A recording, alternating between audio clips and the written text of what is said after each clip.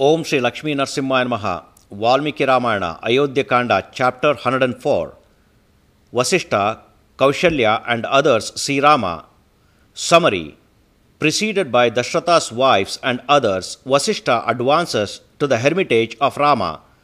Kausalya on the way shows to her co-wives the balls of Ingudi fruit pulp offered to the spirits of Dasaratha by Rama on blades of Dabha grass. The raised spikes on which pointed towards the south, along the bank of Mandakini River. Kausalya was stricken with anguish for her deceased husband. Reaching the hermitage, both Rama and Lakshmana hold the feet of the queens in salutations. Kausalya feels sad at the fate of Seetha in the forest. When the latter touches her feet, Rama holds the feet of his preceptor and takes his seat. Accompanied by his ministers, Bharata also sits nearby. Chapter 104 in detail. Eager to see Rama again, Vasishta approached that place, preceded by Dasaratha's wife. The king's wives, while moving slowly towards river Mandakini, saw the ford there being frequented by Rama and Lakshmana. With a gloomy and emaciated face filled with tears, Kausalya spoke to Sumitra and other royal women as follows.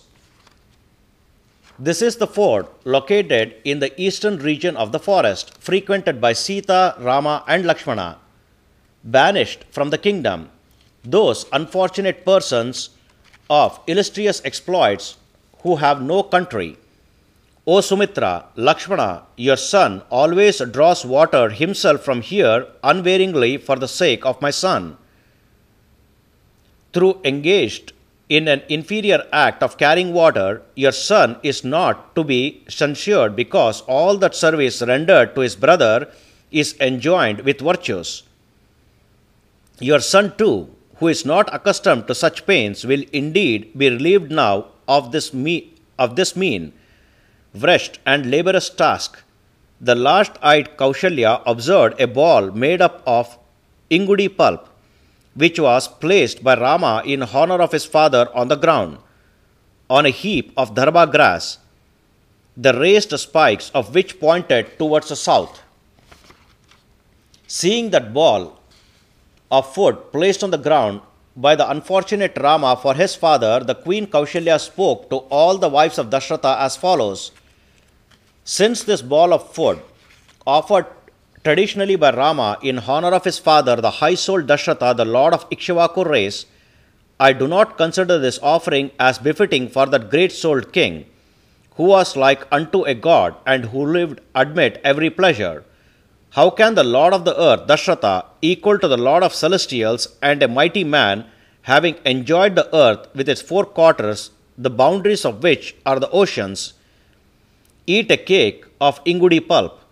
I do not consider anything painful to me on the earth that when Rama, the man of fortune, offered a cake of Ingudi pulp to his father. Seeing this offering, a cake of Ingudi pulp of Rama to his father, why does my heart not break into 1,000 pieces with anguish? It indeed occurs to me that the saying among men that the food eaten by man is also consumed by his gods is true.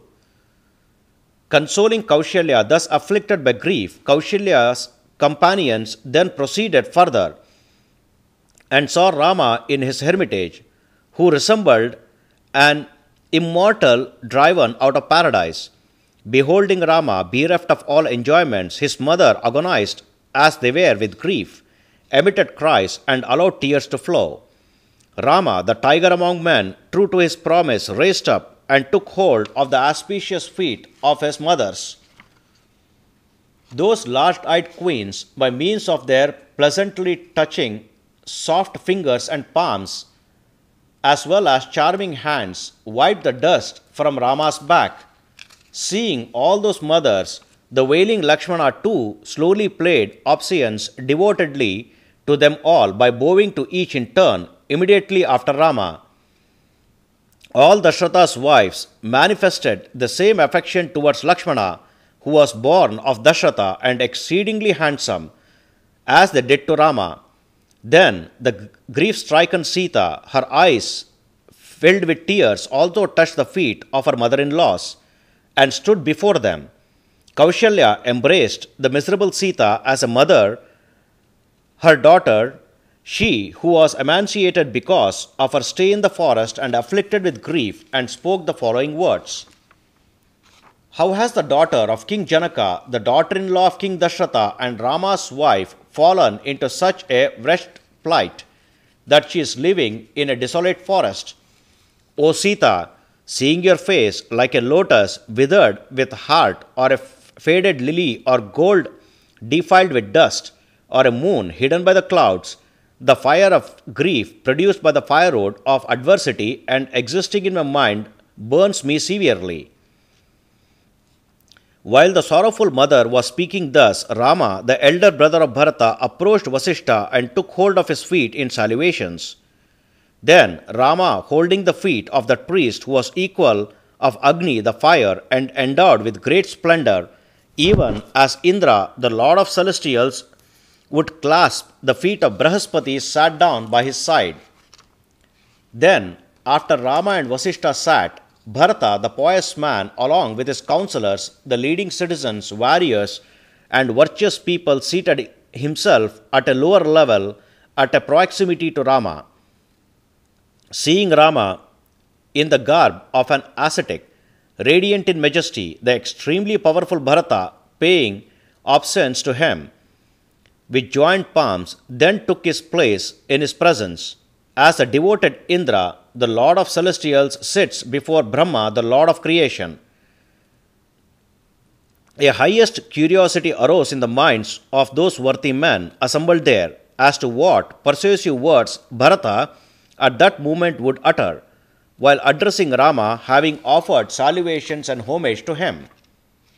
That Rama, endowed with truth and forbearance with Lakshmana, who was bestowed with magnanimity, and the pious Bharata, surrounded by his companions, were all resplendent as the three sacrificial fires known by the names of Grahapatya, Ahavimya, and Dakshina, accompanied by the superintending priests. Thus completes 104th chapter of Ayodhya Kanda of the glorious Ramayana of Valmiki, the work of a sage and the oldest epic. Sri Moola Rama Vijayate. Om Sri Krishnarpanamastu.